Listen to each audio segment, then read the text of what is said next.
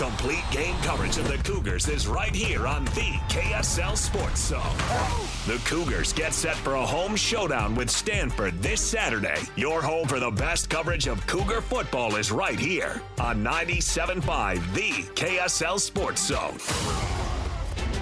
This is Hans Olsen and Scotty G, presented by Mountain Land Supply on 97.5, the KSL Sports Zone.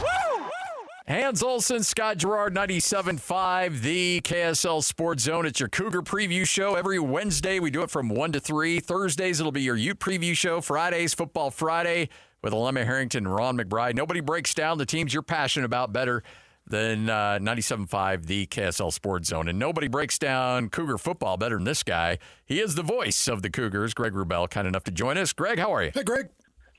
Hey, guys. Glad to be back with you. I say back with you. We tried to get me on last week, but that was on Lloyd. Gods were not smiling on us that day. Yeah, Lloyd was being a bit temperamental. Has Lloyd apologized to you, Greg? We're not putting this on Lloyd. We are not putting this on Lloyd. Thanks, don't try to get me. Don't try to get me doing that.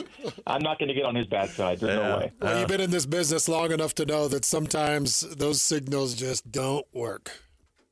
Been there, done that. Yeah, I bet you've got some stories scrambling behind the scenes. I've got a few. Yeah. I've done enough things over the years to have had technological issues affect me every possible way you can on air and off. Oh, yeah. I would imagine. So what do you take away from a game in which obviously we expected BYU to win? They did. They won handily. But what are some things you can still take away even against a inferior level of competition? Well, yeah, you're supposed to win that game, right? So that's one thing. But, you know, it's kind of hard to always cover 43.5. Yeah. You know, and so when you clear that and do it by about 4 touchdowns, you've had a pretty good day. We've seen BYU and many other teams play these FCS games where you win, but you don't feel great about it.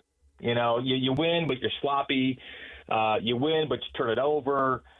You win, but you get 14 penalties. You win, but barely. And so this was truly a take-care-of-business week for BYU, and tough to do it much better than 69-zip. I mean, they didn't, you know, they had one scoreless drive.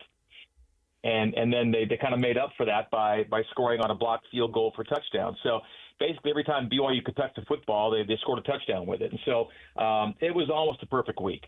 And yeah, there were 5 penalties that kind of came late, and also another thing too. And you know, once your 1s and 2s are done, and by the way, the 1s were done at halftime. Like at the halftime, their starters were done for the night. And in the second half, it wasn't just 2s and 3s; it was 3s and 4s.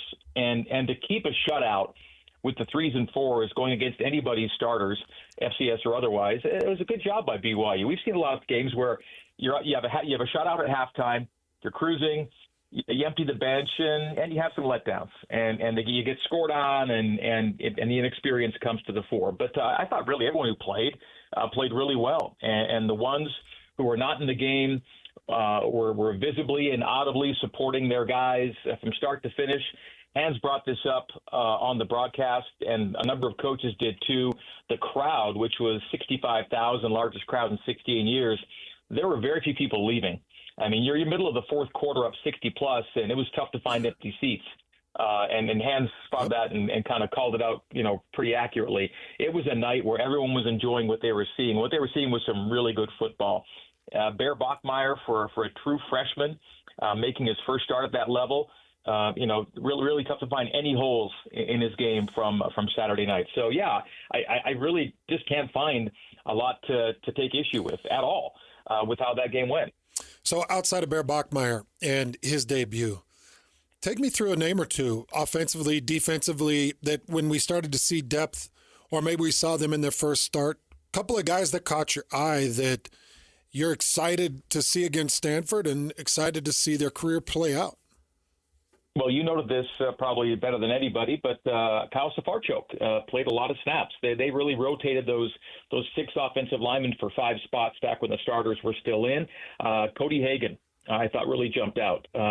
Cody is going to be a threat in the receiving game and in the return game. And we saw him, although he wasn't technically scoring as a receiver. It was the end around that he scored on, that little deception end around.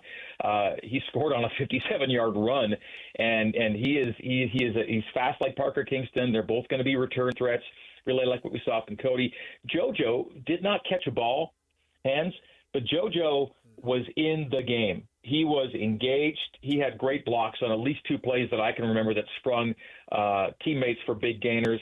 JoJo is going to be someone to be heard from in the receiving game. But even without catching a ball, I thought JoJo was a presence. Carson Ryan, his outing kind of speaks for itself. Just 2 catches. They both came on 1 drive, but that was kind of a showcase drive for Carson Ryan. Defensively, before he left the game, and fair, he left early, I think Ephraim Asiata showed that he'll be someone that'll be getting reps for BYU defensively. Again, his night was cut short, but in that you kind of saw how he put himself in position to make a play that looking back, he'll have to measure and temper that style of hit. But you saw a little bit of what he's going to be able to do for BYU. I like the fact that a lot of DBs got in the game. I thought there weren't too many new names, maybe people you wouldn't expect, but I think one to bring up that you hit was Anisi Purcell. Between John Talmoe-Peau and Anisi Purcell, they both did a pretty good job as stand-ins for Justin Kirkland, right? I mean, we all know that Keanu's going to lock it down inside, and Justin Kirkland was supposed to be his running mate, right? Well, Justin's not able to go yet, but you look at what JT and Anisi did at tackle alongside Keanu, and I think BYU's going to be just fine until Kirkland gets back, and then once Justin does, well, now you're just a deeper bunch inside. When you look at this Big 12 and you keep an eye on the scores roaming around the conference, I got to imagine, there for a moment, everybody was talking about, BYU and the 69 points, then Utah beating up on UCLA. But then all of a sudden, TCU puts the hammer down on the road against Bill Belichick against North Carolina. It looks like this conference is loaded once again, Greg.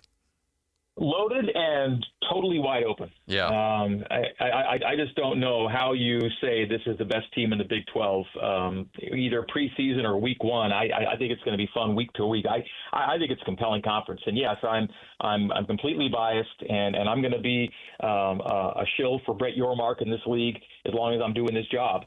But I think if you want good watching, good listening, and intrigue week to week, it's a fun league to be involved with, and I think week 1 kind of embodied that. And let's revisit this in a month or 2 and see if we still feel the same way. But I think a lot of teams are going to find themselves in the mix down the stretch, and we may be wearing out that tiebreaker page on the Big 12 website before too long. One thing that really stood out during the broadcast was your interception stat, Greg. Kind of walk us through that, and do you think that we're going to see a trend maybe kick back up? The stat of the 14 straight, that one? Yep. Yeah, so BYU, as we all know, led the nation in interceptions last year, 22 in 13 games, and this was their first game without a pick in 15 games. So their streak came into end that way. But I don't know how much you can really read from that. Portland State, not a ton of threat anywhere that night, and so I think once you start getting into real football against more traditional teams that can pose traditional threats, we may want to revisit this, because we only saw 20 balls put in the air by Portland State on Saturday night. They were content to run it, get hit, and punt a couple plays later. So I don't know. There's a lot to take. I think the same cast of characters that accounted for a lot of those picks last year are back, minus a couple, and I don't see why BYU and Jay Hill's defense won't be doing a lot of the same things they did last year. I did find it interesting, Hans and Scotty, to hear Frank Reich compare Jay Hill's defense to an NFL defense, not style, right? Yeah. An NFL type defense with how they do things, and so I thought that was a real compliment to Jay and what he likes to do. All right, so this is me asking you a broadcaster question. So when you're sitting on a stat like that, and the team's got 14 straight interceptions in games, did you get that on the air, or do you sit on that until that streak is either extended or broken in hopes of not jinxing it? Well, you must already know I don't believe in broadcaster jinxes. All right, I just don't.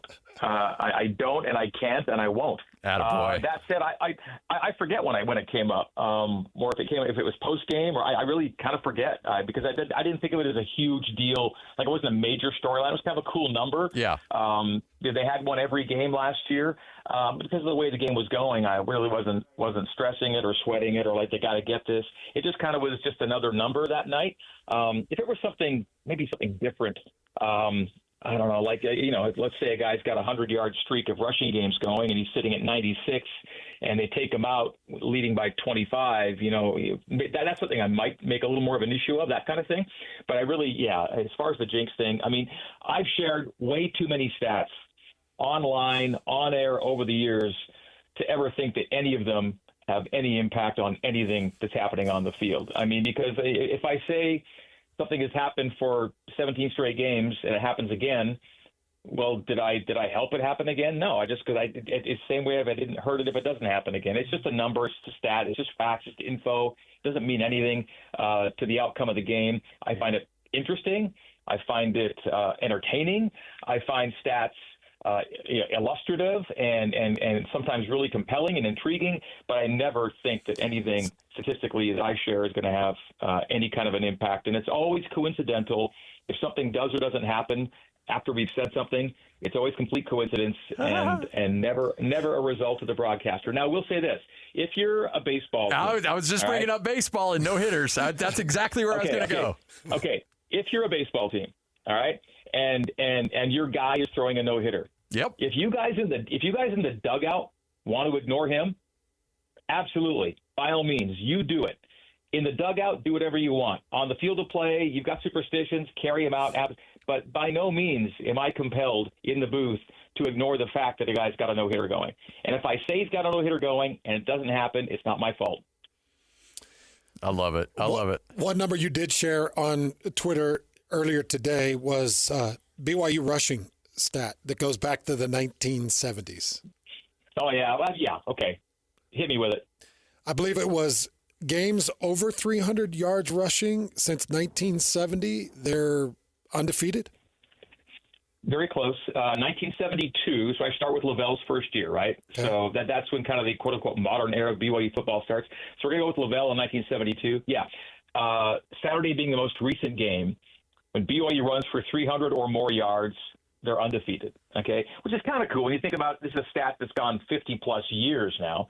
But the flip side, of course, being it's hard to get 300 yards rushing, okay? It doesn't happen a lot.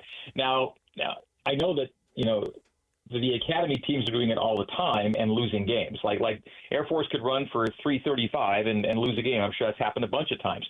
But for teams like BYU, a number that big doesn't happen too often. But when it does, it's a lock. Now, granted, a lot of these games have come against teams like, Portland State is overmatched. But by the same token, you guys all remember what BYU's single-game rushing record is, right? It came against Texas. It was 550 against Texas. So that's the other thing about it. It's crazy. BYU actually set a record against not an FCS team, but people have heard of Texas. I think people know who they are. So to have done that against Texas remains one of the wildest and craziest stats of college football of the last number of decades. I think it's just insane what they did that night. Was that the rain game in Lavelle Edwards, or was that the one in Austin? No, that was the one at Lavelle Edwards. That was the rain game. Yeah. And Taysom just went absolutely nuts, right? So 550 against Texas. Of course, it got a guy fired and the whole thing. Oh, yeah, it's hard to do. But when it happens, it's been a lock, right? Ever since we started caring about football at BYU, really. So it's kind of a funny one. Again, it's a rare thing, but just kind of a fun little number. What is it that you think gave Bear Bachmeier the edge and the confidence from the coaching staff to say, yeah, we're going to trust the early part of the season with the true freshman? Well, again, not just the early part. I mean, this season. This is his team. Barring injury, he's not. This is it for him. He's the guy. What didn't he show in that for even just a half of football? You had the Portland State coach calling him a centaur, or I think he called it a centaur. He made entertaining reference to Bear Bachmeier's keister. He's got the size, he's got the dimension, he's got the. We're not going nuts here. We're not giving him the Heisman after game one against an FCS opponent, but I think you saw why the coaches feel comfortable with trusting their season to Bear Bachmeier. Look the part, right? Let's see what we say after a few weeks of FBS and P4 football. But this was something that I thought looked pretty well founded in terms of how their decision was made. Hanskett, I'm sure he's already talked much about it this week, but the guy looked really comfortable for a guy taking his first snaps at this level. And the fact that when he did take off, he did so with purpose, a couple of touchdown runs to go with his 3 touchdown passes. He threw to 2 tight ends. And that's not just Bear, that's play calling and a bunch of other things. But it was pretty. I went back and found out the last time BYU threw to 2 tight ends for touchdowns in the same game, and it's been years. It's been a long time since 2 different guys at the tight end spot caught touchdowns in the same game. You got to go back 6 years for that. Wow. That was kind of cool that he spotted his tight ends that way. So, I think we saw all the things the coaches liked about him. He took care of the football. He had some explosives. He ran it well. He's a load. He's just, looks the part, right? I want to play Greg's call of the game because one of the tight ends he's talking about is Noah Moyaki. So Noah hits a crossing route the back of the end zone, and I said, Noah Moyaki with a crossing route, and Greg says, Bear finds Noah's Ark in the back of the end zone. It was phenomenal. It was one of your best calls I've ever heard. Well, I don't know. What I was trying to do was make reference to his route, and I said Noah's Ark took him to the back of the end zone, the arc of his route, right? So the arc of his that's what I was going for. Anyway, well, I'm glad you liked it, Hans. It's entertaining to me, Greg. Wait a minute. So you're saying you hit that on accident? No, I did it purposefully. Okay. What I was doing was describing the arc of his route, meaning the arc, like a geometric arc. Yeah. ARC. Right. So I did the ARC thing, but of course, when you say arc with Noah, of course, you're going for the play on words there. I'm nothing if not funny, and so here's the thing. Paul James used to tell me, he said, puns are the vilest form of humor. All right. So he tried to dissuade me from using puns, but I will not be dissuaded. Somehow it's an addiction that I just can't kick. And if there's a pun out there to be made, I'm probably going to try and make it for better or worse. But as long as I can make Hans chuckle occasionally, then I've done my job, and I'll keep doing it for him if no one else. That's 95% of what I try to accomplish on this show. If I get a laugh out of Hans, I'm like, all right, mission accomplished. I've done my work. Again, Paul James was the best of mentors, and I learned a lot from him, but he did not suffer puns lightly, and so it was just not his thing, but I'm okay with it. And so that's one of the things I didn't take from Paul. We were in the aisle of an airplane. I remember we were getting off a flight, and I made some pun, and that's when he said, Greg, puns are the vilest form of humor. And I crawled into a little shell and didn't speak for the rest of the day. But other than that, yeah. Oh, I love it. Well, partner, we'll see you at 6 o'clock, 6:30, 40-ish on Saturday. Excited for a late kick, nice 8 o'clock kick. I still have Swatchos playing through my mind, so I'm still expecting some type of post celebration, but excited for this late kick. Do I get to give my my late kick numbers again? Yes, please do. BYU in its last 33 night games is 29-4. In their last 19 home games at night, they're 16-3. So 29-4 in night games anywhere, 16-3 in night games at home. So they've got that going for them, which is nice. So is a night game a certain time, or is it actually when the sun sets that you classify it as a night game? I go. My personal standard is 5 p.m. local time or later for a kickoff. All right. Okay. Because when you're kicking at 5, it means you're going to end 8 or 8:30. By then, half the game's been at night, if you will. If you go at 4, it still feels afternoon to me. And the game could end with the sun up at 7 o'clock, depending on the time of year. So I like 5 o'clock as a barometer for myself. So I think I've done these. It's either 5 or 6. I think depending on who makes the note. But my note personally is 5 p.m. That's where I go. So, are you okay with that? Yeah. Do you endorse that? No, Scotty, I totally endorse it. I just love Okay. I love hearing you geek out a little bit because I want to get the method behind the madness, so to speak. And so, I was purposely taking you down that path, and that's about as great of an explanation as you can get right there. Yeah. Okay. So for me, it's 5 o'clock. All right. Kickoff.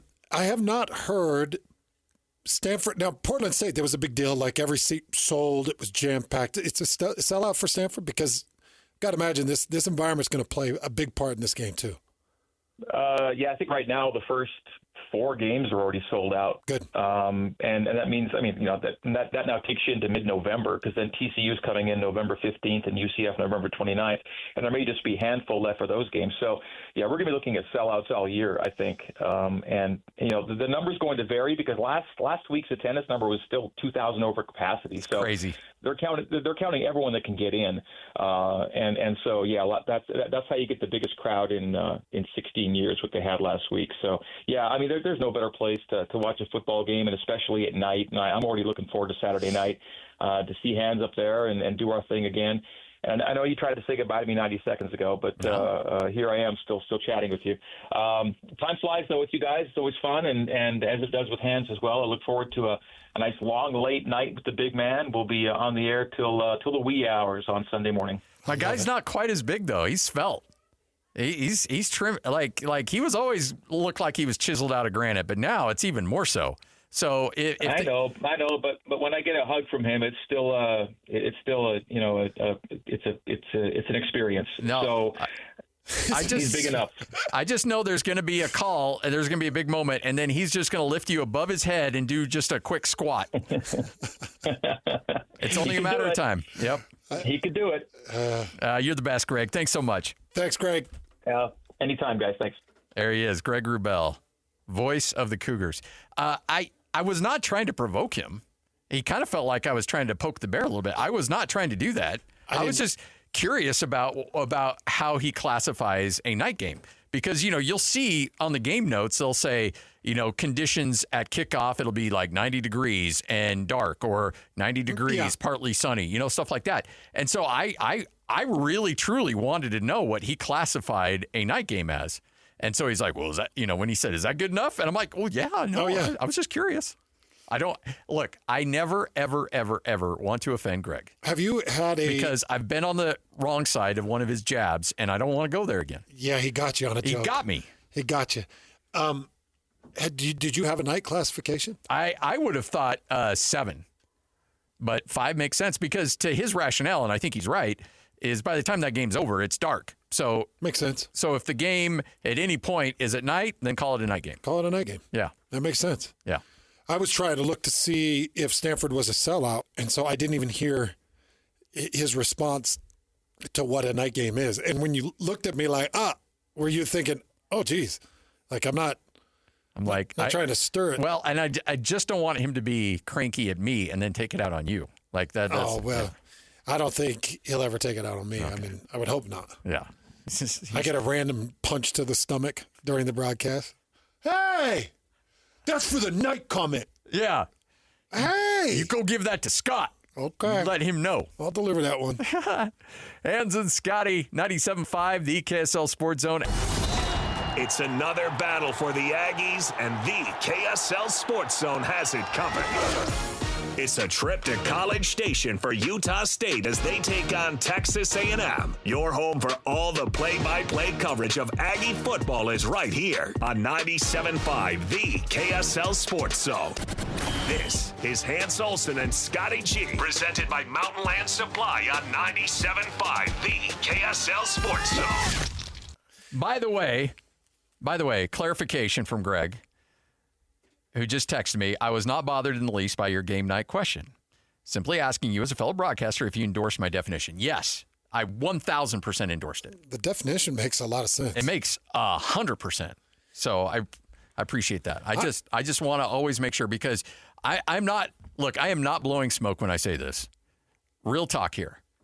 I think Greg Wrubell walked into a very difficult situation 20 some odd years ago, taking over for a legend in Paul James. And he has taken that broadcast and he has elevated it to another level. Paul James, I grew up listening to him. We all grew up listening to Paul James, iconic voice of the Cougars. And what he has done at BYU and elevating that broadcast with his passion, his insight, his numbers is second to none. And something that I, frankly, try to steal stuff from him all the time for Utah State broadcast, because I think he sets a extremely high standard here in the state of Utah. And then you mix in his color analyst, and it's...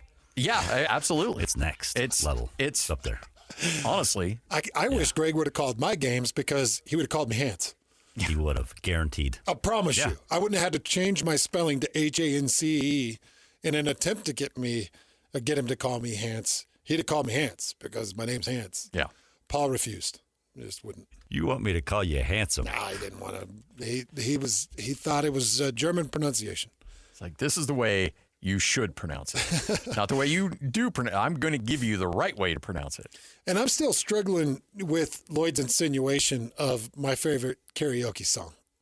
Like, I want to come in there and punch you in your face. Wait, what? Your insinuation of what my favorite karaoke song was. The intro there, bud? Yeah. Okay, sorry. Put you against a wall. Teach you a little lesson. Okay, we can't. About insinuations. We need to. Yeah, the doors are open, so actually everybody can hear what you're saying. Yeah. Scott Gerard you.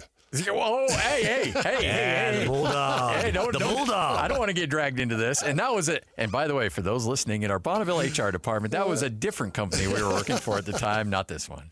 And his broken ribs healed. Yes, everything was fine. No charges were ever pressed. So, Scotty, we talked a lot about the offensive side, Bear Bachmeier, what to expect from Stanford, and what's going on there. I actually sent out a bunch of tweets about the BYU defensive side of the ball with Jay Hill and what he's doing. Greg kind of mentioned a couple of things, but this defense has a lot of working parts. And if I'm an offense coordinator coming into LaVell Edwards Stadium Saturday night, 8:15, there's a lot of problems here. It's just a lot of problems. I don't know where to start. I don't know what to do. And I've had some people asking me, because I did put out a couple of tweets about Jay Hill's defense. I said Jay Hill's defense is a nightmare. You get odd fronts with linebacker variations, unpredictable safety and nickel blitzes, heavy front options that slant gaps. So what I mean by that is you can go from an odd front 3 downs to a heavy front with 5 downs that all have slant responsibilities that funnel back to Glasgow or Kelly, which makes it really difficult because those can just rotate in. And then what's crazy is I can go with the 5 downs and I can still have wild stunts that involve 3 and 4 defenders with hard slants and then a twist off the slant. So these are all things. And then I've got mixed coverages that have blitzing and zone options off the mixed coverages. So it's just a nightmare. And I've had people ask me, well, what would you do to crack it? Well, if I was going to try to crack this defense, the only thing I can do to crack it is have all zone fronts. I can't have any man responsibility. It has to be all zone fronts. So it's zone steps, zone fronts.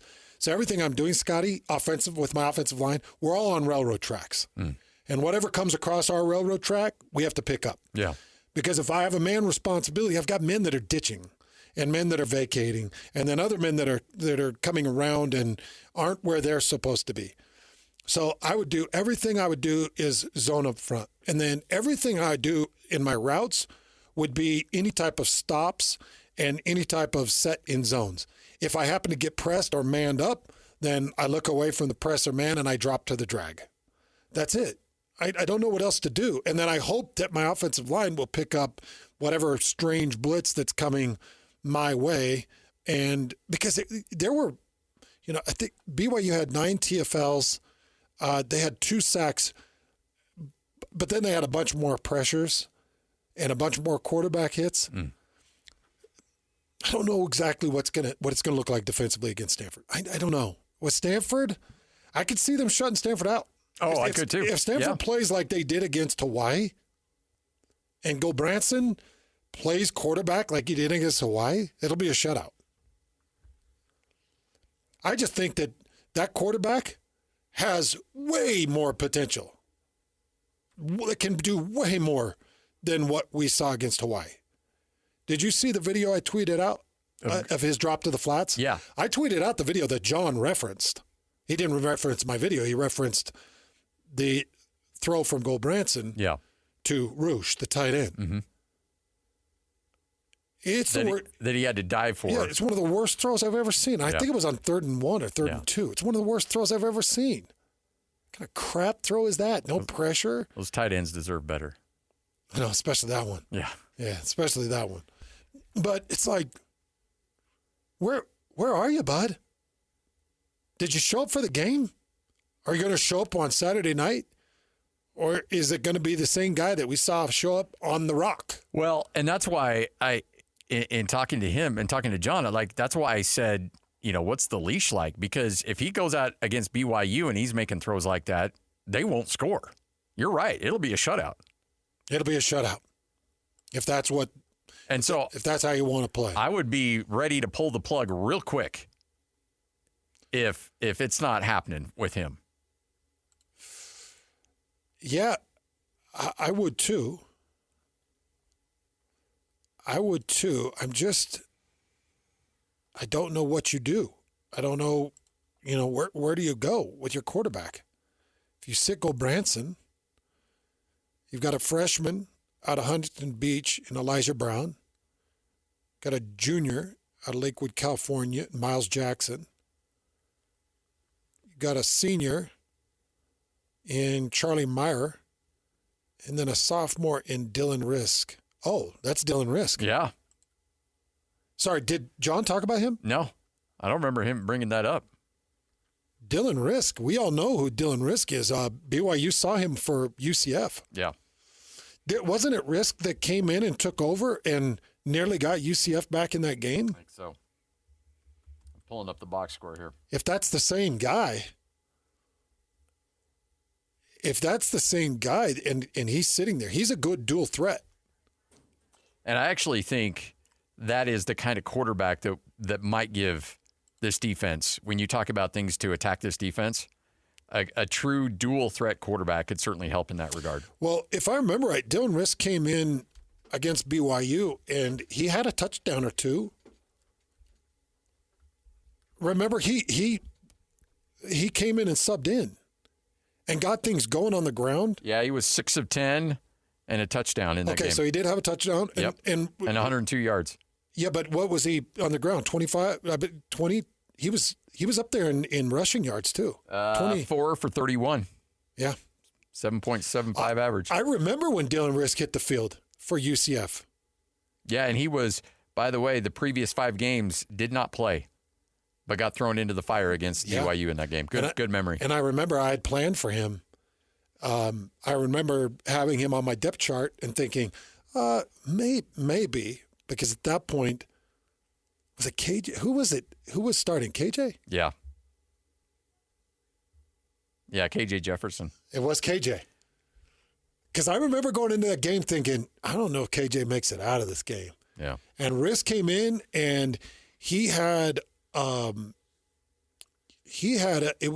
was a nice throw. It was a good deep ball that struck, and I was like, oh, okay. And it's not like BYU blew him out. I remember them. He kept it pretty close. So maybe that's the guy, Scotty. If I've got somebody that's had some reasonable success against BYU in the past, then yeah, by all means. Okay, that's something that's funny. I have not put together my Stanford depth chart. I've got BYU's all rocking and ready for Saturday night. Yeah. But as I'm putting together this Stanford depth chart, we're talking. We're going to put some Dylan Risk in there, number 2. Good for you. All right, Hans and Scotty, we'll wrap this bad boy up next right here on 97.5, the KSL Sports Zone. gets you ready for Utah football more than the KSL Sports Zone. Ready? It's the home opener for the Utes as they battle Cal Poly in Rice-Eccles Stadium. Your home for the best coverage of Utah football is right here on 97.5 The KSL Sports Zone. This is Hans Olsen and Scotty G. Presented by Mountain Land Supply on 97.5 The KSL Sports Zone. Hans Olsen, Scott Gerard, 97.5, the KSL Sports Zone. I know we're wrapping up the Cougar preview show, but an update on the story we talked about in what you may have missed in the noon hour. The NBA is now officially opening an investigation into the media report that Los Angeles Clippers star Kawhi Leonard received a multi-million-dollar no-work contract with the now bankrupt environmental company as a form of payment to circumvent the NBA salary rules. Wow. So the NBA is now taking a long, hard look at this. And if they find any transgression, which it sounds like they probably will, it could be a rough go for the Clippers. Wow. Five first round? Yeah, that's what happened to Minnesota. Now, that was almost like, I want to say that was like 20 years ago, 17 years ago. So it'll be interesting to see exactly how the NBA reacts to this if they see a flood of evidence coming in against the Clippers. JJ and Alex coming up next right here on The Zone.